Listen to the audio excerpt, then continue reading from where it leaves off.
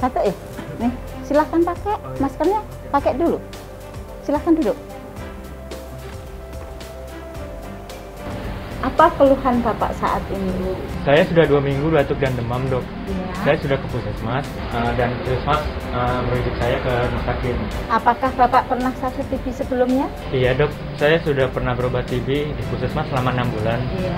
Tapi sekarang saya batuk-batuk lagi. Berdasarkan cerita Bapak tadi, kemungkinan TB Bapak tambah lagi atau kemungkinan Bapak sakit TB yang kebal obat. Apa itu TB kebal obat, dok? TB kebal obat artinya kuman yang ada di tubuh Bapak itu tidak bisa dibunuh dengan obat yang tersedia. Tetapi Bapak tidak usah khawatir. Kalau itu nanti terbukti TB kebal obatnya ada, kita sudah menyediakan obat yang untuk membunuh kumannya. Jadi Bapak akan terus minum dan asal nuruti nasihat dokter. TB resisten obat adalah tuberkulosis atau TB yang disebabkan oleh Mycobacterium tuberculosis yang telah resisten atau kebal terhadap obat anti-TB atau OAT. Terduga TB resisten obat adalah pasien yang mempunyai satu atau lebih kriteria berikut ini. 1. Pasien TB gagal pengobatan kategori 2. 2. Pasien TB yang tidak konversi pengobatan kategori 2. 3. Pasien TB yang mempunyai riwayat pengobatan TB yang tidak standar. 4. Pasien TB gagal pengobatan kategori 1. 5. Pasien TB yang tidak konversi pengobatan kategori 1. 6. Pasien TB kambuh pengobatan kategori 1 atau kategori 2. 7. Pasien TB yang kembali setelah putus berobat atau lost to follow up. 8. Terduga TB yang mempunyai riwayat kontak erat dengan pasien TB resisten obat. 9. Pasien koinfeksi TB HIV yang tidak respons secara klinis maupun bakteriologis terhadap pemberian OAT. Nah, untuk memastikan Bapak akan saya periksa dahaknya. Apakah Bapak bersedia? Oh, boleh, dok. Baik, kalau begitu saya buatkan pengantar dulu ke laboratorium ya. Tetapi saya minta data-data Bapak dulu. Berikut adalah formulir yang harus diisi ketika pasien menjadi terduga TB resisten obat. Data-data pasien harus sesuai dengan KTP yang dilampirkan. Rekam medis pasien, formulir data dasar, formulir TB 06, formulir TB 05. Silahkan Pak, ini pot dahaknya. Bapak nanti mengeluarkan dahak di tempat yang hijau itu di sana. Setelah keluar, taruh di situ ya, di atas rak itu.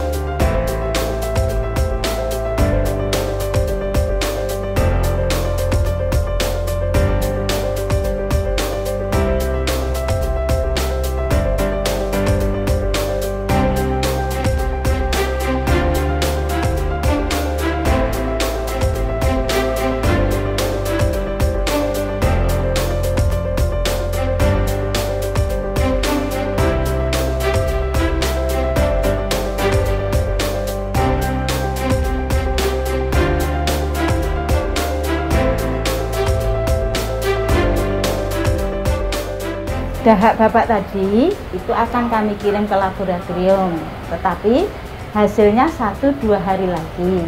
Untuk menunggu hasil dahak tadi, Bapak pulang dulu, tetapi selama di rumah, Bapak harus minum obat yang dari puskesmas dan harus selalu menggunakan masker. Baik, dok. Lusa Bapak kesini lagi ya? Siap, dok. Apakah masih ada yang ditanyakan lagi, Pak? Sudah cukup, dok. Terima kasih. Sama-sama, Pak. Ketemu 2 hari lagi ya.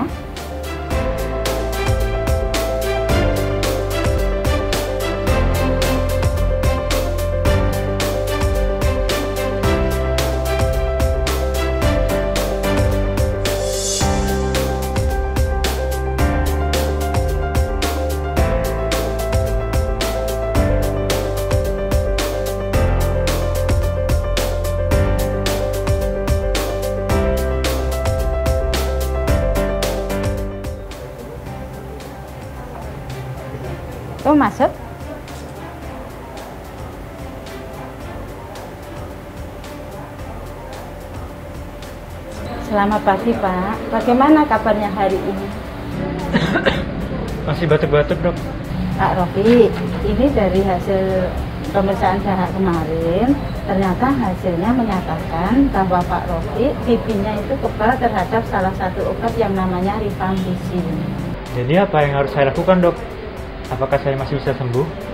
Pak, TB kebal obat itu masih bisa disembuhkan asal Bapak minumnya tiap hari teratur dan sampai dinyatakan sembuh oleh dokter. Pengobatannya bagaimana, Dok? Persiapan awal sebelum memulai pengobatan. 1. Anamnesis ulang untuk memastikan kemungkinan terdapatnya riwayat dan kecenderungan alergi obat tertentu, riwayat penyakit terdahulu. 2. Melakukan pemeriksaan fisik, penimbangan berat badan, fungsi penglihatan, dan fungsi pendengaran. Pemeriksaan tersebut dapat dilakukan sambil memulai pengobatan. 3. Pemeriksaan kondisi kejiwaan. 4. Memastikan data pasien terisi dengan benar dan terekam dalam sistem pencatatan. 5. Kunjungan ke rumah pasien. 6. Pemeriksaan penunjang awal sebelum pengobatan atau baseline. Nanti sebelum memulai pengobatan, Bapak akan diambil darahnya untuk diperiksa laboratorium untuk melengkapi data dasar. Apakah Bapak setuju untuk memulai pengobatan TB kebal obatnya? Saya pikir-pikir dulu ya, Dok. Saya takut. Obatnya banyak ya? Iya, Pak. Obatnya memang banyak. Karena penyakitnya ini sudah kebal dengan obat yang kemarin Bapak minum. Nah, obat ini untuk menjaga agar Bapak tidak lebih parah atau tidak menularkan kepada keluarga. Nggak usah takut, ini sudah banyak kok, Pak, yang sudah kami obatin dan sudah sembuh. Oh, jadi hanya obat ini ya, Dok, yang dapat menyembuhkan saya? Benar, Pak. Sebelum pengobatan nanti, saya akan menjelaskan satu persatu obat yang saya berikan ke Bapak. Ini, Pak, ini obat yang nanti diminum Bapak, itu lamanya kan lumayan lama, 20-24 bulan. Itu terdiri dari dua tahap. Tahap pertama itu ada suntikannya. Dan lama suntikannya ini lumayan, 8 bulan. Dan selanjutnya akan dilanjutkan sampai 20-24 bulan. Bapak nggak usah takut. Nanti selama pengobatan, petugas kami akan menemani Bapak. Dan kalau ada keluhan apa, nanti bilang ke petugas kami. Hah? Lama sekali, Dok. Betul, Pak. Karena kuman di tubuh Bapak itu kan sudah kebal. Sehingga kita perlu untuk memastikan kumannya itu mati dan Bapak sembuh. Lama pengobatan TB. 1. Pasien baru atau belum pernah pengobatan TB resisten obat. Tahap awal minimal 8 bulan dan tahap lanjutan 12-14 bulan. Lama pengobatan minimal 20 bulan. 2. Pengobatan paduan OAT jangka pendek. Tahap awal 4-6 bulan dan tahap lanjutan 5 bulan. Lama pengobatan 9-11 bulan. 3. Pasien yang sudah pernah diobati TB resisten obat. Tahap awal minimal 12 bulan dan tahap lanjutan 12 bulan. Lama pengobatan minimal 24 bulan.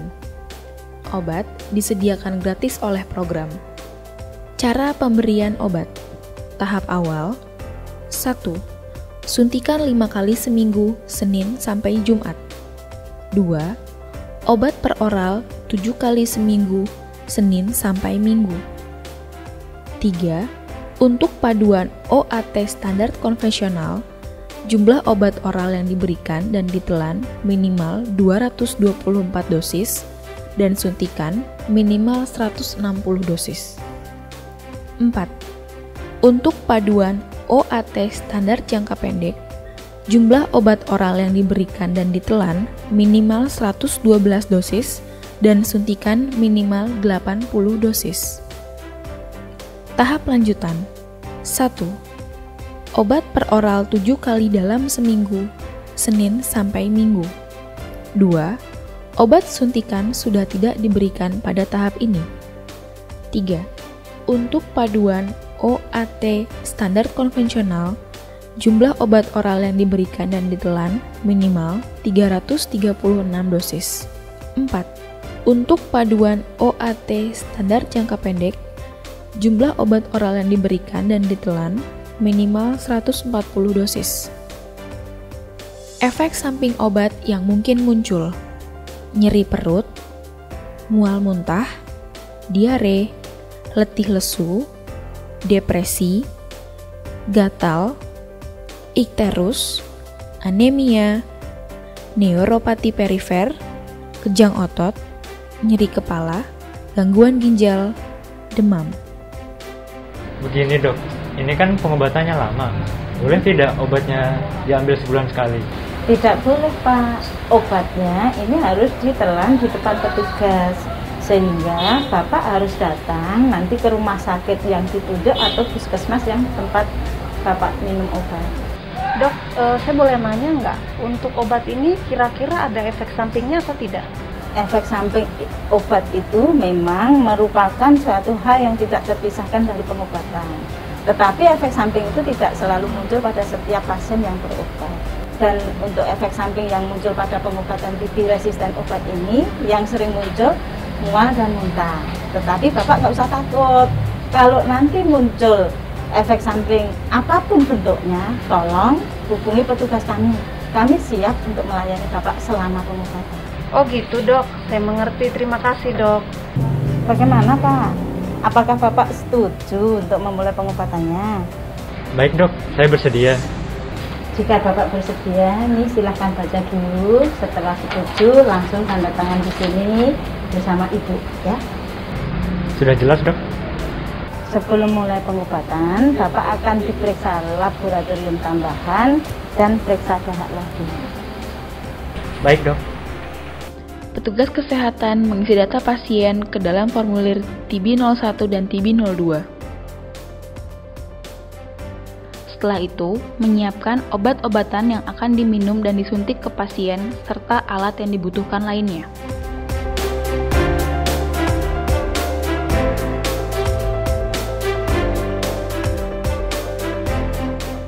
Sekarang Bapak suntik dulu ya.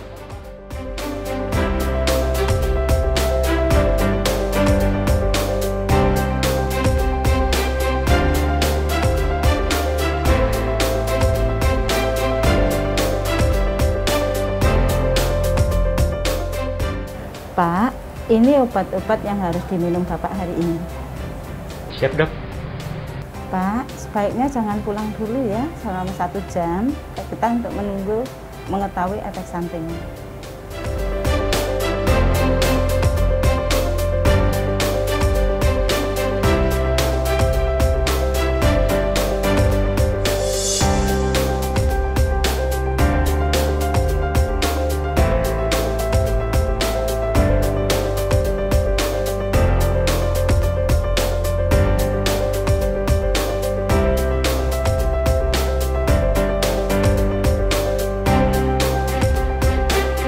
Bagaimana Pak? Adakah efek samping, adakah keluhan yang Bapak rasakan? Apabila pasien tidak memiliki keluhan, maka pasien dapat dipersilahkan pulang dengan membawa buku TB 02 MDR yang telah berisi jadwal pengobatan pasien. Namun, apabila ada keluhan efek samping obat, maka petugas kesehatan menata laksana efek samping obat yang sesuai serta memberikan edukasi kepada pasien. Pak, besok datang lagi ya. Usahakan waktunya sama seperti hari ini. Dan ini setiap berobat buku ini harus dibawa. Baik dok, terima kasih banyak. Iya. Pasien akan datang setiap hari ke Poli MDR untuk mendapatkan pengobatan. Di samping itu, pasien juga akan diperkenalkan dengan kelompok dukungan sebaya atau mantan pasien yang ada di rumah sakit rujukan TB resisten obat. Pasien juga ditawarkan untuk melanjutkan pengobatan atau desentralisasi ke fasilitas pelayanan kesehatan satelit yang dekat dengan tempat tinggal pasien. Proses lengkap desentralisasi pasien dapat dibaca pada buku modul pelatihan. Apabila pasien tidak datang untuk berobat pada waktu yang telah disepakati, maka petugas kesehatan segera menghubungi pasien atau keluarga pasien. Apabila pasien atau keluarga pasien tidak dapat dihubungi, maka langkah pelacakan yang harus dilakukan adalah sebagai berikut. 1. Petugas kesehatan menghubungi wasor Dinas Kesehatan Kabupaten atau Kota sesuai domisili pasien. 2. Wasor Dinas Kesehatan Kabupaten atau Kota menghubungi petugas puskesmas di wilayah tempat tinggal pasien. 3. Petugas puskesmas melakukan pelacakan ke rumah pasien untuk menanyakan alasan pasien tidak datang berobat dan melakukan edukasi. 4. Petugas puskesmas menginformasikan hasil pelacakan kepada wasor kabupaten atau kota, kemudian wasor kabupaten kota menginformasikan ke petugas di rumah sakit rujukan TB RO. Pak, kenapa kemarin tidak datang? Apa ada halangan atau Bapak sakit lagi? Iya dok, kemarin saya ada pekerjaan yang tidak bisa ditinggal, jadi tidak bisa datang ke sini. Pak, dari awal kan sudah saya jelaskan bahwa Bapak harus datang tiap hari minum obat. Karena kalau tidak rutin minum obatnya, nanti bisa kebal dan bisa menularkan ke anggota keluarga yang lain. Oh begitu ya dok. Terus kalau saya tidak bisa datang minum obat pagi hari, bagaimana? Bila Bapak datang terlambat atau poli sudah tutup, tolong kami diberitahu. Obatnya akan saya titipkan dirawat inap. Jadi Bapak akan minum terus. Baik dok, terima kasih atas informasinya. Selama menjalani pengobatan, pasien TB resisten obat harus dipantau secara rutin untuk menilai kemajuan terhadap pengobatan yang diberikan dan mengidentifikasi efek samping obat. Pada tahap intensif, pasien diminta datang setiap bulan untuk dilakukan pemeriksaan klinis dan diharuskan mengumpulkan dahak. Pada tahap lanjutan, pemeriksaan akan dilakukan setiap 2 bulan sekali. Untuk pemeriksaan dahak, pasien akan mengumpulkan dahak di Poliklinik TB MDR, dan untuk membatasi transmisi penyakit dari pasien, maka petugas poli yang akan mengantarkan dahak ke laboratorium. Secara lebih rinci, jenis-jenis pemantauan yang perlu dilakukan dapat dibaca pada buku modul pelatihan. Selamat ya Pak, hari ini Bapak telah dinyatakan sembuh dari pengobatan karena dari hasil monitoring dahak yang kita periksa pada bulan kemarin itu hasilnya negatif, sehingga kumannya sudah nggak ada dan mati, dan hari ini dinyatakan sembuh. Dan ini untuk penghargaan Bapak saya kasih sertifikat, ini menandakan Bapak telah lulus pengobatan selama 20 bulan dan semoga Bapak menjadi contoh untuk pasien yang lain. Alhamdulillah, terima kasih banyak dok. Sama-sama Pak, semua ini berkat semangat dan kepatuhan Bapak dalam menjalani pengobatan selama 2 tahun.